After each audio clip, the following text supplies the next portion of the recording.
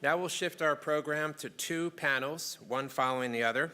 But first, I'd like to call up Patricia DiOrio, Vice President of U.S. Strategy and Technology of National Grid, to join us for some additional sponsor remarks. Patricia? Good morning. I'd like to thank the Hill and the Bipartisan Policy Center and PG&E. I really appreciate the opportunity to speak with you this morning. I also want to thank Congressman Fitzpatrick and, of course, commend Senator Whitehouse, who very proudly represents the great state of Rhode Island where we serve customers. So I'm going to do two things this morning. I'd like to tell you a little bit about National Grid and then some of our views on climate change. For those not familiar, National Grid is one of the largest investor-owned utilities in the world. We operate in the United Kingdom and in the Northeast U.S. We have service territory in Massachusetts, New York, and Rhode Island, where we transmit and deliver electricity and natural gas to 7 million customers, which means that we touch about 20 million people.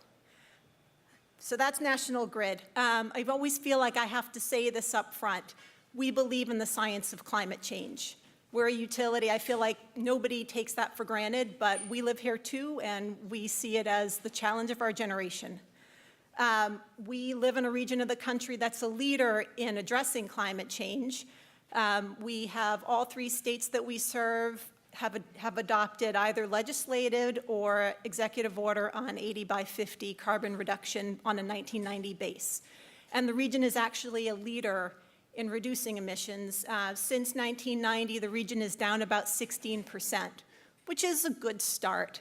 It's been led by the power sector. The power sector emissions have fallen about 50% since 1990, and that's really the result of switching from coal and oil to natural gas generation. You also have to credit the renewable portfolio standards that we've got in the region, and then also energy efficiency efforts. Building emissions are also down about 20%, and again, there it's largely related to energy efficiency and then changing heat systems from oil to natural gas. I am proud to say that the three states that we serve are always in the top 5 as far as energy efficiency effectiveness for the nation. So we're really good at this, we know how to do it, and it works. You know, what I will say, though, is that so far, besides energy efficiency, the policy has really focused on the power sector. And we've done the math on what 80/50 means for our region. And you got to go beyond power to get there. There's a big technology gap to getting to that 80% reduction. We've also looked at the more immediate 40/30 that I believe the congressman mentioned earlier. That is kind of an accepted midway point now.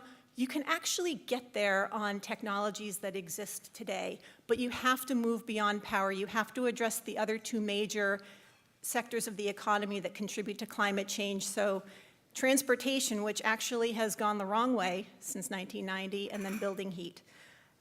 What I will say about transportation is that electrification is a promising pathway. We are active in transportation electrification at National Grid. We've got an active proposal to help that along in Massachusetts, and we've gotten an approval in New York to do some activity, and then just last week we got approval in Rhode Island to really help spur that emerging technology. We're also walking the talk as well. We've got a really robust employee incentive program that's been going quite well. I think we've had like a purchase a day since we launched our employee incentive. So it actually works, and people do love those cars, as you heard the senator discussing. Heat needs a lot more work. In our region, 30% of buildings still heat with oil. So there's a huge opportunity to move off of oil to either natural gas or, where it's an economic, to electric. You know, we don't have all the answers to get to 80/50. You know, I think we know how to get to 40/30. As I said, there's a policy gap to 40/30. There's a technology gap to 80 by 50. We have to keep all the options on the table. There's a lot of R&D that needs to happen. And I have to say that none of this happens with one entity. It requires a community. It requires all hands on deck. And we're up for the fight. Thank you very much, and enjoy the rest of the morning.